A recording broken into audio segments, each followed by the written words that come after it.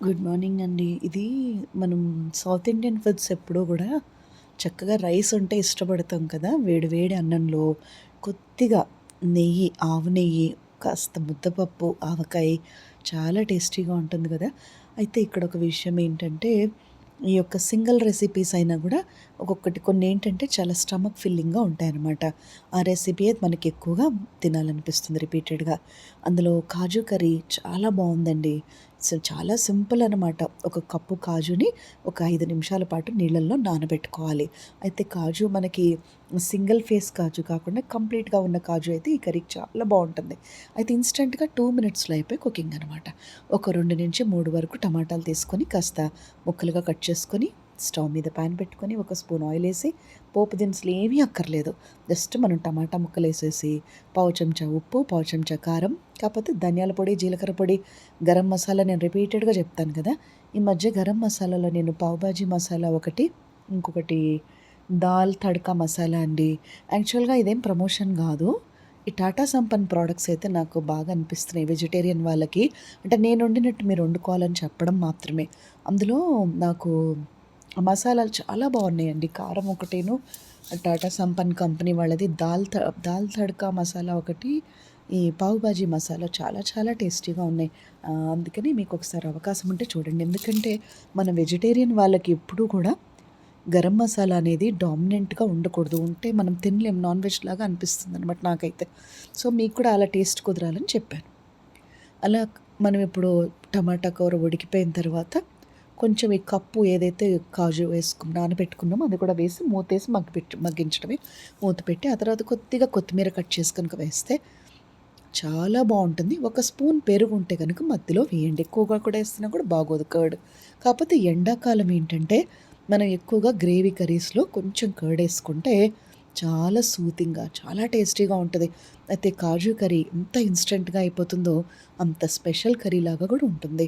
ఇది వేడి వేడి అన్నంలో కానీ, లేదా రోటీతో కానీ చాలా బావుంటుందండి.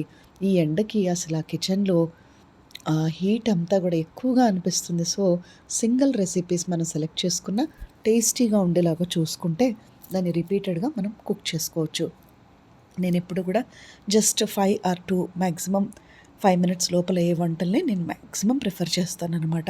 ఇదొకటి. ఇంకొకటేంటంటే, నేను మొన్న ఒక రోజు ఇలా ఆలుగడ్డలు ఒక 2 కప్పులు తీసుకొని స్టవ్ మీద పాన్ పెట్టి, ఒక చెంచా ఆయిల్ వేసి, కొద్దిగా జీలకర్ర వేశానండి. వేసిన తర్వాత ఒక 5, 6 బజ్జీ మిర్చిలో గింజలన్నీ తీసేసి, సన్నగా పొడవుగా కట్ చేసుకొని, మిర్చి బాగా ఏగిన తర్వాత 4, 5 వెల్లుల్లిపాయ రెబ్బలు వేసి, లైట్‌గా వేపి, ఈ ఆలుగడ్డలు కూడా హై టెంపరేచర్‌లో ఉప్పు, కారం, ధనియాల పొడి, జీలకర్ర పొడి, గరం మసాలా వేసి ఫ్రై చేశాను.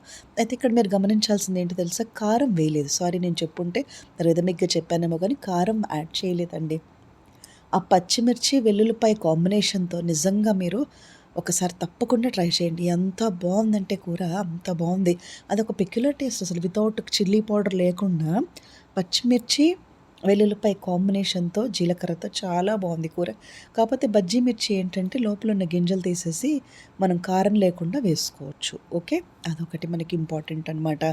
అయితే ఆ తర్వాత నేనేం చేశానంటే, ఇది వేడి వేడి అన్నంలో ఒకే ఒక్క ముద్దతో ట్రై చేశాను. నిజంగా ఎంత బావుందంటే ఈ రెసిపీ మళ్ళీ మళ్ళీ తినాలనిపించే అంత బావుందండి. మీరు కూడా తప్పకుండా ట్రై చేయండి. అదే దాల్ తడకా మసాలా చూడండి వీడియోలో చూపిస్తున్నాను. అది బావుంది. తర్వాత ఇంకోటి పావు బాజీ. చాలా ఫ్లేవర్స్ ఉన్నాయి. నాకైతే బాగా నచ్చాయి. మీరు కూడా నాలాగా వండుకోవాలని నేను మీకు మెన్షన్ చేస్తున్నాను. ఆ తర్వాత నెక్స్ట్ డే ఎప్పుడైనా నాకు వంట చేయాలనిపించినప్పుడు, లేదా మనకిక్కడ ఈ కిచెన్‌లో ఓవర్ హీట్ అనిపించినప్పుడు సింగిల్ రెసిపీస్ కోసం ట్రై చేస్తున్నాను. మూడోసారి కొంచెం ఆలుగడ్డలు ఏం చేశానంటే, ఒక కప్పు అంటే మనం జనరల్‌గా కప్పు వేయించిన పల్లీలకి ఒక కప్పు కాజు వేసి మిక్సీ పట్టేసుకొని ఉప్పు, కారం వేసి ఆలుగడ్డ ఫ్రైలో కొంచెం 2 చెంచాలు ఆ కాజు, పల్లీల ఫ్రై పొడి ఏదైతే ఉందో అది వేసుకుంటే గూడా చాలా టేస్టీగా ఉంది. అంటే ఉప్పు, కారం, గరం మసాలా అన్నీ వేశాక లాస్ట్‌లో కొంచెం పల్లీలు, కాజు కలిపిన పొడి వేసుకుంటే అదొక రకం ఫ్లేవర్ బావుంది. ఇప్పుడు మీకు 3 రెసిపీస్ నేను ఎక్స్‌ప్లెయిన్ చేశాను. తర్వాత కిచెన్‌లో బెస్ట్ అండి. బెస్ట్ చాలా తొందరగా అయిపోవాలి. చాలా టేస్టీగా ఉండాలనుకున్న కూర ఇంకొకటి ఏదంటే క్యాప్సికమ్. క్యాప్సికమ్ రిలేటెడ్ ఏ కూరైనా కూడా చాలా ఫ్లేవరబుల్‌గా బావుంటుంది. కాకపోతే ఒకటేంటంటే క్యాప్సికమ్ ఒక 3 తీసేసుకొని సన్నగా పొడవుగా ఎంత సన్నగా మీరు కట్ చేయగలిగితే అంత టేస్టీగా ఉంటుందనమాట క్యాప్సికమ్ అనేది. వాటిని సన్నగా పొడవుగా ముక్కలు మనం తరిగేసి ఏమీ లేదండి, స్టవ్ మీద పాన్ పెట్టుకొని ఒక్క స్పూన్ కుకింగ్ ఆయిల్‌లో ఈ క్యాప్సికమ్ వేసేసి, కాస్త పసుపు, ఉప్పు, కారం, ధనియాల పొడి వేసుకున్న తర్వాత ఇందులో 2 రకాలండి. ఒక స్పూన్ మనము వేయించిన పల్లీల పొడైనా వేయొచ్చు, లేదా ఒక స్పూన్ మనము కొద్దిగా శనగపిండి వేసుకొని కూడా దింపొచ్చు. లేదంటే ఇందాక మనం ప్రిపేర్ చేసుకున్న పల్లీల కాజు పౌడర్ ఏదైతే ఉందో అది కూడా క్యాప్సికమ్‌లో ఏసి దించొచ్చు. ఎంత బావుంటుందంటే అంత బావుంటుంది. ఇంకొక మాట అండి, అది కాజు కాంబినేషన్‌లో కూడా క్యాప్సికమ్ కాజు కర్రీ బావుంటుంది. ఇక్కడేంటంటే మన మెయిన్ కాన్సెప్ట్ ఏంటంటే ఇంగ్రీడియెంట్స్ 1, 2 ఉండాలి సింపుల్‌గా. టేస్ట్ మాత్రం ఛాలెంజింగ్‌గా ఉండాలి. మళ్ళీ మళ్ళీ తినాలనిపించాలి. నేనైతే 100% చెప్తున్నానండి. నేను ఒకటి ఏంటంటే, ఎవరైతే శుభ్రతకు అలవాటు పడతారో వాళ్ళు అశుభ్రంలో ఒక్కరోజు కూడా ఉండలేరో, అలాగే మన చేత్తో మనం వండుకొని తినడానికి అలవాటు పడ్డవాళ్ళు చాలా డిఫికల్ట్ అండి. అసలు ఇంకా మనం అడ్జస్ట్ అవ్వలేమనమాట. అంటే ఆ టేస్ట్ అసలు రాదు. ఆ లెవెల్ ఆఫ్ టేస్ట్ అసలు రాదు. నేనైతే ఈ మధ్య నేను ఏమో మీరు కరెక్ట్‌గా అర్థం చేసుకుంటానంటేనే చెప్పగలను. నేను ఒకరోజు మొన్న బిర్యానీ, పన్నీర్ బటర్ మసాలా, ఇడ్లీ, బోండా ఇంకా ఏవో తెప్పించానండి. ఒక్కటి కూడా అసలు నాకు 100% సాటిస్ఫాక్షన్ ఇవ్వలేదు. ఎందుకంటే అది విమర్శించడం కాదు. మన కుకింగ్ మనకు అలవాటయిపోయిన తర్వాత చాలా కష్టం అనిపిస్తుంది. సింగిల్ రెసిపీ అయినా కడుపు నిండా వేడి వేడి అన్నంతో తింటే బావుంటుందండి. ఎందుకు ఈ మాట ఇదేంటంటే వేయించిన పల్లీలు, కాజు పౌడర్ అనమాట. ఒక 2 పచ్చిమిర్చి బజ్జీతో మామూలు మిర్చి అండి. జస్ట్ శనగపిండిలో వేసేసి నేను వేపేసేస్తాను. ఎందుకంటే దాంట్లో స్టఫింగ్ అవన్నీ ప్రతిసారి ఒప్పుకుండదు కదా! ఇదైతే తొందరగా అయిపోతుందని. అయితే ఇక్కడ ఎందుకు చెప్తున్నానంటే, చాలా మందిలో ఒక అపోహ ఏముందంటే, డబ్బులు బాగా ఉంటేనే ఫుడ్ బాగా వండుకోగలమనే అపోహ ఉంది. అది పోవాలండి. నేను అందుకే ఈ ఛానల్ ద్వారా చెప్తుంది ఏంటంటే, మన దగ్గర డబ్బులు లేకపోయినా మైండ్ పవర్ కరెక్ట్‌గా ఉంటే, reasoning and mind thinking power అంటే కెమిస్ట్రీ ల్యాబ్ కదా కిచెన్ అంటే. ఇట్ ఈస్ ల్యాబ్ అంతే. 2 కాంబినేషన్స్ అనమాట. సింపుల్ చూడండి, పల్లీలు, కాజు గ్రేట్ కాంబినేషన్ అది.